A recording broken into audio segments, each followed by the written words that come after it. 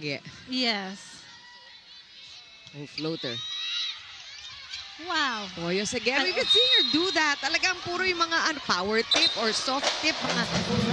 Dami talagang baon nito si Angge Poyos. There's gonna be a challenge. Ball in, ball out. Poyos is saying it's inside, but Reyes from UE, siya yung nagdidepensa, sabi outside. Might as well burn the remaining challenges that they have. Isa na lang because that one was unsuccessful.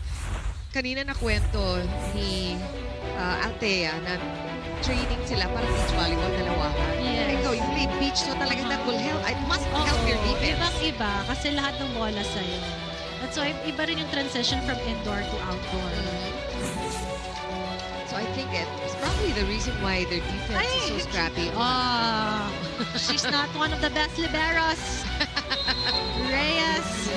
Alam na alam niyang outside. Did you see her face? Outside. Cutie pa rin. Girl, don't worry. Cute ka pa rin. Ba't kasi naman ganun direct?